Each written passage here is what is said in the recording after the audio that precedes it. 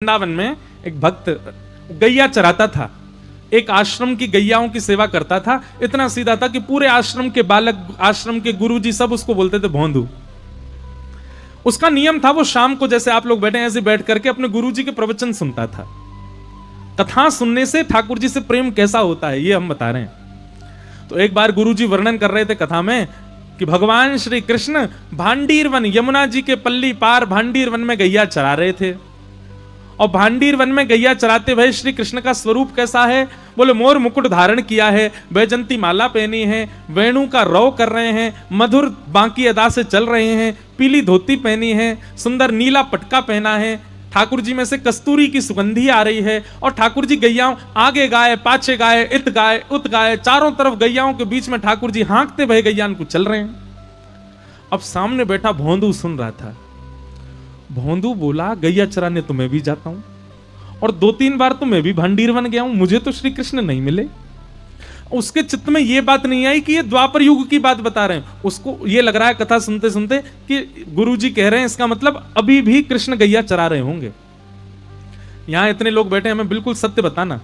हम जब कथा सुनाते हैं, ठाकुर जी की कोई लीला बताते हैं, तो आपके चित्त में यह बात आती ही नहीं है कि अभी ऐसी लीला हो रही होगी। आपके चित्त में आता है किसी काल में भगवान करते रहे होंगे। क्यों? हम चतुर बहुत हैं, हमको लगता है अभी थोड़ी होती होगी लीला।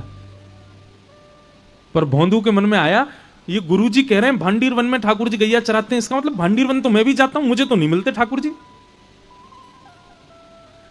फिर स्वयं कोई टोक करके बोला, अरे भोंदू तू भोरो है, तेने खोजो ही ना होगो, तू भांडीर वन जावे, गैयान को चरतो भयो छोड़ के स्वयं पेड़ के नीचे जाके सो जाए, कहां तो मिलेंगे ठाकुर जी। अब की बार जाऊंगा ढूंढूंगा ठाकुर जी कहां हैं। इतना भोला। अगले दिन गैया चराने के लिए गया तो भांडीर वन में अब वो तो ढूंढने लगा। गुरुजी से प्रवचन में सुना था कदम्ब वृक्ष के नीचे ठाकुर जी मिलते हैं, तो कदम्ब के वृक्ष ढूंढने लगा, कहां है कदम्ब वृक्ष। गुरुजी ने कहा था जहां छांव होती है ठाकुर जी वहां बैठते हैं, तो छांव में जाके ढूंढने लगा। गुरुजी ने कहा था ठाकुर जी यमुना जी के तट पर मिलते हैं, तो यमुना पुलिन पर घूमने लगा।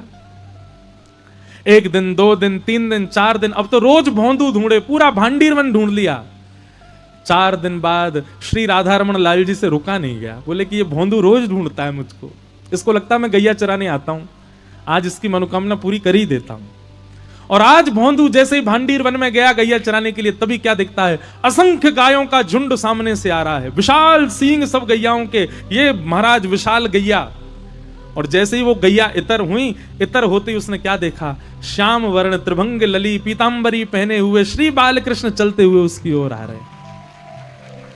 मोती की लड़ धारण करी है, घुंघराले केश हैं, एक मोर पिछ ऊपर पहना हुआ है, कानों में मकराकृत कुंडल हैं, गले में सुंदर वैजंती माला है, ऊंची धोती पहनी है, पांव में मोटे मोटे कड़ूला पहने हैं, हाथों में कंगन पहने हैं, बाजूबंद पहने हैं, कटाक्ष कटीले नेत्र हैं, मधुर मुस्कान है, श्याम वर्ण के ठाकुर जी चलते भय गैया चराते भय आ रहे हैं। ऐसे बढ़िया सुंदर एक डंडा अपने कंधा पे लगा के और दोनों हाथ ऐसे उस पर पधरा करके ठाकुर जी चलते भय गैयान के पीछे पीछे आ रहे हैं।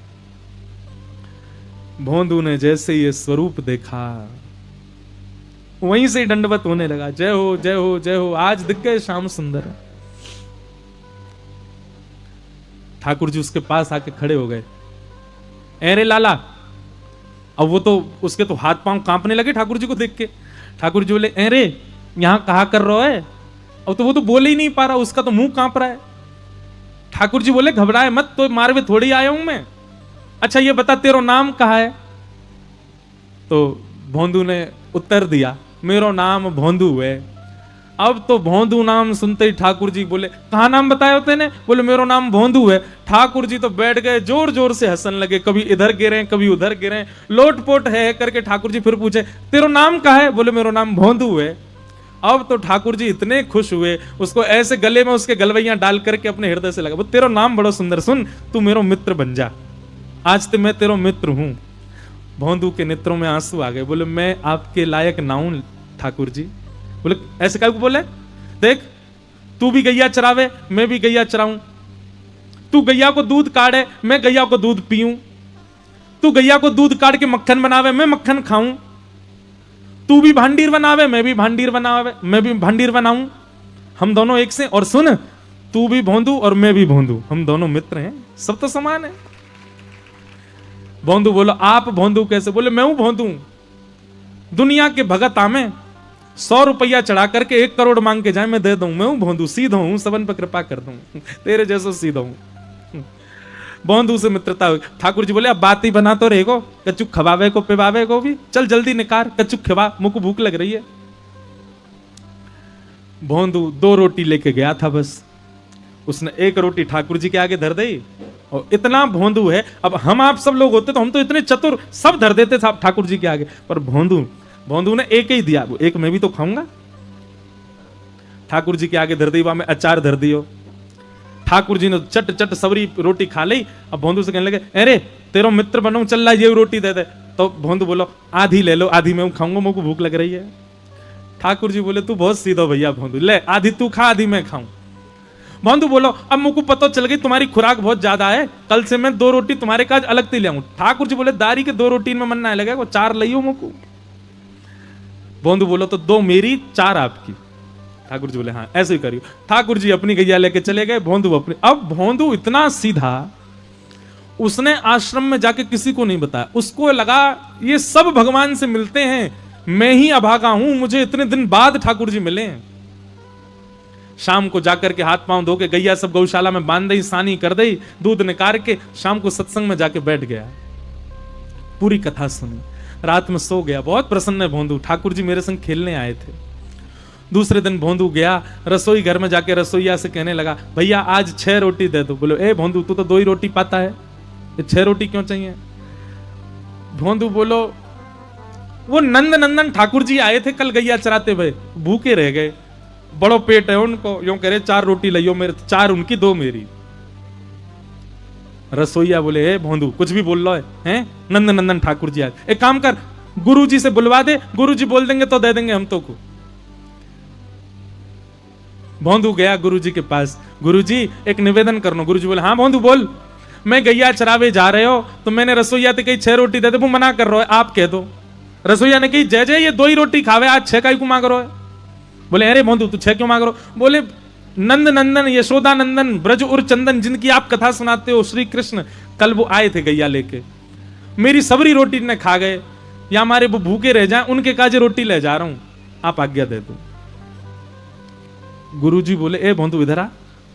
कौन आते हैं? बोले गुरुजी आप जिनकी चर्चा सुनाते हो ना, भांडीर वन में गैया चराने आते हैं, पीली पीतांबरी पहनते हैं, टेढ़ा मुकुट पहनते हैं, कानों में मकराकृत कुंडल पहनते हैं, वैजंती माला पहनते हैं, सांवरे सलोने बंशी बजाते हैं, कटाक्ष नेत्र हैं, मधुर मुस्कान है, वही नंद नंदन श्री कृष्ण कल गैया चरावे भांडीर वन में मुझको मिले, मेरी रोटी खा गए, या हमारे मैं आज ज्यादा ले जा रहा हूं। गुरुजी समझ गए, बोले भोंदू झूठ नहीं बोलता, भोंदू सच में वो आए थे? हाँ गुरुजी। अच्छा जब वो आए थे तो उनकी सुगंधी कैसी थी? बोले गुरुजी ऐसा लग रहे हो मानो जैसे कोई ने केसर चंदन घिसके और वो धर दिया हो कटोरी में, वाकई जैसी सुगंधी आवे वैसी सुगंधी। भागवत जी में वर्णन है ठाकुर जी में से चंदन की सी सुगंधी आती है। गुरुजी के नेत्र सजल हो गए, बोले और बताना। बोले घुंघराले केश हैं और घुंघराले केशन की बेणी बनी भई है, और वह बेणी में ऐसी मोर पिछ ठाकुर जी पहन के आमे। गुरुजी बोले और बताना भोंदू। बोले ठाकुर जी जब जोर से ठहाको मार के हंसे ना, उनके दंतावली देख करके, उनकी मधुर मुस्कान देख करके तो ऐसा लगे कोटि कोटि चंद्रमा उन पे वार दो, इतने सुंदर लगे। और बताना भोंदू। बोले गुरुजी कल जब उनने मेरे गले में गलवैया डारो ना, तो जैसे हम आप एक दूसरे के गले में गलवैया डारे तो निष्ठुर था को अनुभव होवे, ऐसा अनुभव हुआ या कि हड्डी चुभ रही है। पर जब कल उनने मेरे गले में गलवैया डारी ना, मुझको ऐसा अनुभव ही ना भयो, मुझको तो ऐसा लगो कोई मखमली गद्दा मेरे कंधा पे धर दियो, इतने कोमल अंग उनके। गुरुजी को विश्वास हो गया कि इसको कृष्ण मिले। हाथ पकड़े, भोंदू मेरो एक काम करेगो? बोले हाँ बताओ ना गुरुजी। वो आज भी आएंगे? बोले हाँ आएंगे। तू उनको लेके आश्रम आ जाएगा? भोंदू के मन में आया गुरुजी इतने शिष्य आपके, आप मुझसे ही क्यों कह रहे हो कि इतने योग्य बालक, सब पढ़ना लिखना जानते हैं, सब संस्कृत, मैं तो ग्वारिया हूं, मुझे तो गैया चराते मिल गए कल गलती से, आप सबको तो वो रोज ही मिलते होंगे ना, आप किसी भी बालक को कह के बोल मैं कैसे लाऊं? गुरुजी ने हृदय से लगा लिया, बहुत भोला है भोंदू तू। हाँ सबको मिलते हैं, लेकिन हम चाहते हैं कि तू ही लेके आ उनको। भोंदू तो इतना खुश हो गया कि गुरुजी ने मुझको पहली बार कोई कार्य दिया है। निकल पड़ा, आज बड़े उत्साह में गया भांडीरवन। भांडीरवन जैसे ही पहुंचा तो विलंब से पहुंचा, ठाकुर जी पहले ही पहुंच गए थे। ठाकुर जी बैठे थे, आया, जय जय क्षमा कर दियो, आज विलंब है। बोले नहीं, हम तो ते नाराज है, तू विलंब ते क्यों आयो? भोंदू बोलो, आज गुरुजी ने रोक लियो, फिर रसोईया ते मेरी झड़प है गई, रोटी ना दे रहो आपके काजे। तुरंत उसने पोटली खोली, ठाकुर जी की 4 रोटी उठा के, अभी भी 6 नहीं दी है ठाकुर जी को, 4 ही रखी है सामने। जे आपकी 4 रोटी, जे आपको अचार, और जे मेरो है या मत खा जाइयो, कल भूखो रह गयो मैं आपकी वजह से। ठाकुर जी रोटी पान लगे, भोंदू ऐसे घुटने दबा रहा ठाकुर जी के। ठाकुर जी के, जय जय, एक मेरी बात मानोगे? बोले हाँ। इतने वर्ष है गए मुझको गैया चराते हुए, मेरे गुरुदेव ने पहली बार मुझसे एक जिज्ञासा करी है। ठाकुर जी बोले, क्या जिज्ञासा? आप मेरे संग आश्रम चलो गुरु जी के पास। ठाकुर जी रोटी पाते जा रहे हैं। ए भोंदू देख, तू हमारो मित्र है, हम तेरे मित्र हैं, जे गुरु जी बीच में मतलब है।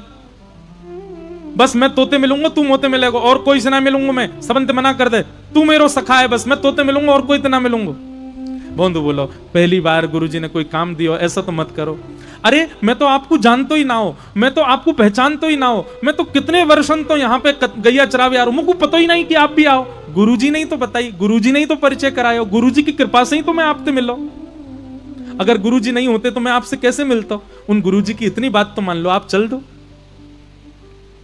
ठाकुर जी बोले, देख भोंदू, हमारी अंतिम बार बात सुन ले, तू बस हमारो सखा, और कोई से हम बात नहीं करेंगे। भोंदू बोलो, तो नहीं जाओगे आप गुरुजी के पास? ठाकुर जी बोले, नहीं जाएंगे। बोले, अंतिम बार पूछ रहा हूं, जाओगे कि नहीं जाओगे? ठाकुर जी बोले, नहीं जाएंगे। भोंदू ने 1 रोटी तो ठाकुर जी पा रहे, 3 रोटी सामने पड़ी, तीनों उठा लेंगे। बोले, जो गुरु जी की है इन्हों मत खाओ, और सुनो, जो आधी रोटी अभी बची याकूब दे दो, ये भी गुरु जी की रसोई में बनी है, याकूब मत खाओ। ठाकुर जी के हाथ से आधी रोटी छीन ली भोंदू ने।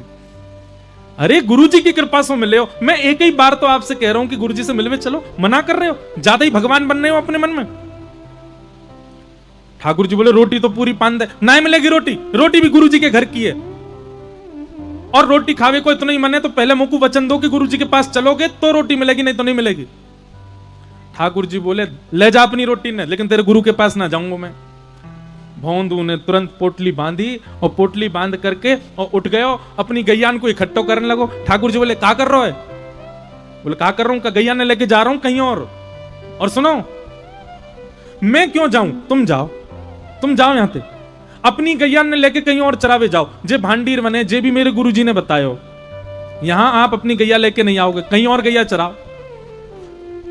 ठाकुर जी बोले, देख ऐसे गुस्सा मत करे, हम तेरे सखा हैं। भोंदू बोलो, मैंने तो आपसे कही ना कि मेरे सखा बनो, खुद ही आए, आकर के मेरे गले में गलवैयां डाल के भोंदू नाम सुन के हंसन लगे। और सुनो, जे भोंदू नाम इतना प्रिय लगो ना, जे भी मेरे गुरुजी ने धरो मेरो नाम तो कुछ और है, समूह को भोंदू बोले। ठाकुर जी बोले, देख भोंदू तू उदास मत हो। नहीं, उदास तो मैं है गयो और नाराज है गयो, और सुनो, आम पाम 100 साल की कट्टी, मिलवे मत मोते, मोए कोई संबंध ना रखनो, आपते चले जाओ। ठाकुर जी मनी मन तो प्रसन्न हो रहे, कितना भोला है। और फिर ठाकुर जी पकड़, देख तू भोंदू जाने ना, मैं भगवान हूं, मैं परमात्मा हूं, मैं ऐसे सबंत मिलन लगो तो फिर बवाल है जाएगा। तो सबते मिलवे की कौन कह रहा हो, मेरे गुरु जी ते मिल लो। बोले, तू समझे ना है, आश्रम जाऊंगा, एक गुरु तो मिलूंगा, तो वृंदावन में इतने आश्रम है, सबरे गुरु कहेंगे हम तो क्यों ना मिल रहे, हमारे भजन में कोई कमी। तो भोंदू बोलो, तो कहा जा रहा हो सबंत मिल लो।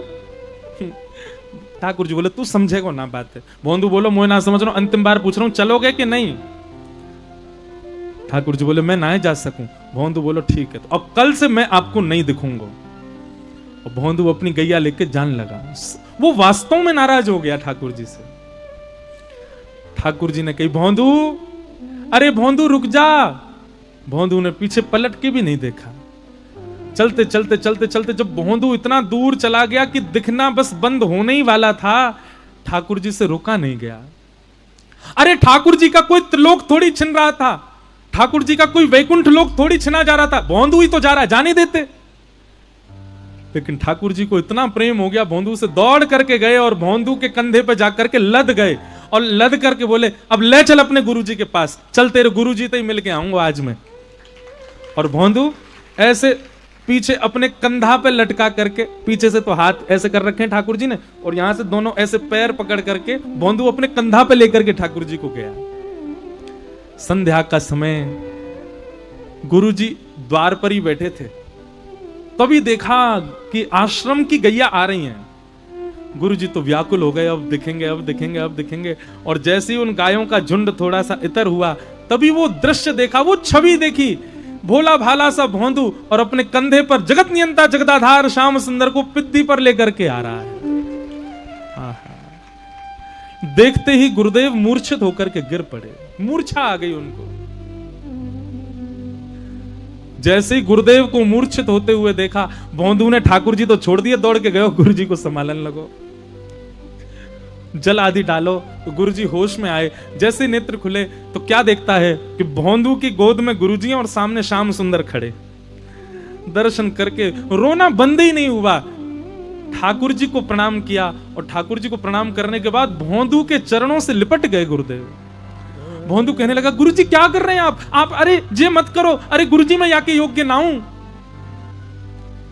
गुरु जी कहने लगे, भोंदू अपना घर त्याग दिया, अपना परिवार त्याग दिया, सन्यास मार्ग अपना लिया, वृंदावन आकर के बस गए, वेदों का अध्ययन किया, शास्त्रों का अध्ययन किया, अनुष्ठान किए, पुराणों का अध्ययन किया, विद्वान बने, लेकिन कभी ठाकुर जी को नहीं देख पाए। और तू अंगूठा छाप, बिल्कुल पढ़ा लिखा नहीं, इतना भोला, इतना सीधा कि चंद्रमा को सूर्य बता दें तो तू मान लेता है। तेरे सीधेपन से आज जगत नियंता जगदाधार तेरी कंधे पे बैठ करके आ गए। धन्य है भोंदू।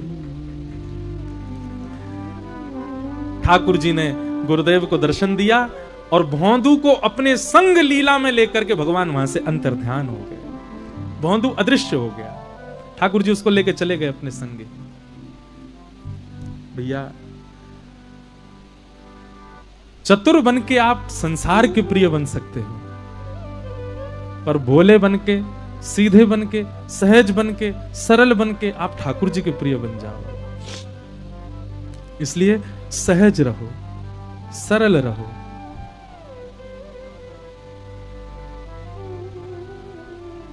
ऐसी